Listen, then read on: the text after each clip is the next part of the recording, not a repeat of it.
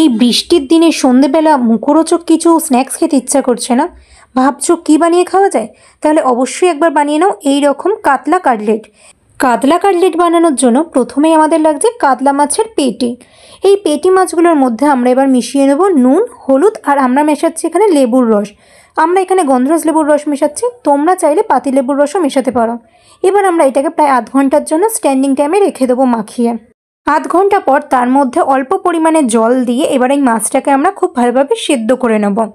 প্রত্যেকটা কাতলা মাছের পেটি খুব ভালোভাবে সেদ্ধ হয়ে গেলে সেগুলোকে একটা পাত্রে তুলে নিয়ে আমরা ঠান্ডা করে নেব। প্রত্যেকটা মাছের পেটি খুব ভালোভাবে ঠান্ডা হয়ে গেলে এইভাবে হাতের সাহায্যে চেপে চেপে মাছের ভেতর যে কাঁটাগুলো থাকে সেগুলোকে বেছে নিতে হবে।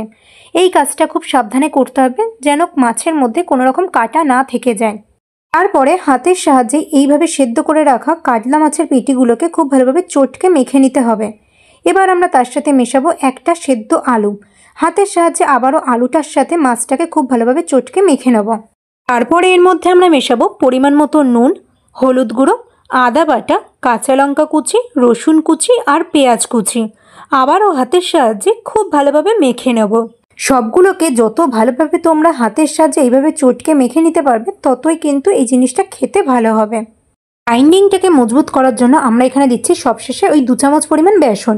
তোমরা চাইলে চালের গুঁড়ো বা ময়দাও ব্যবহার করতে পারো।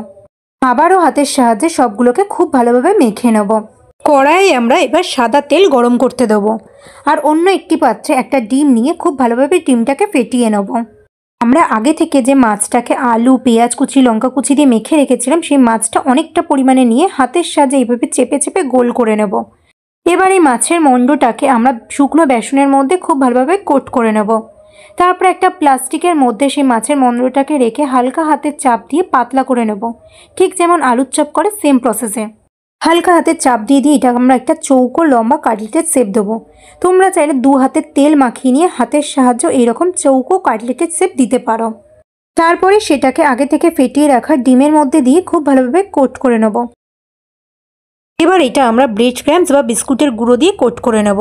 তারপরে আগে থেকে যে সাদা তেল গরম করতে দিয়েছিলাম তার মধ্যে এই কাটলেটগুলো দিয়ে এপিট ওপিট করে 2 পিঠই লালচে বাদামি করে ভেজে নেব।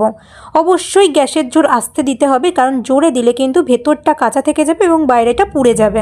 প্রত্যেকটা কাতলা কাটলেট খুব ভালোভাবে লালচে বাদামি হয়ে ভাজা হয়ে গেলে সেগুলোকে একটা পাত্রে তুলে নিয়ে শসা, পেঁয়াজ, কাসুন্দি সহযোগে পরিবেশন করো কাতলা কাটলেট।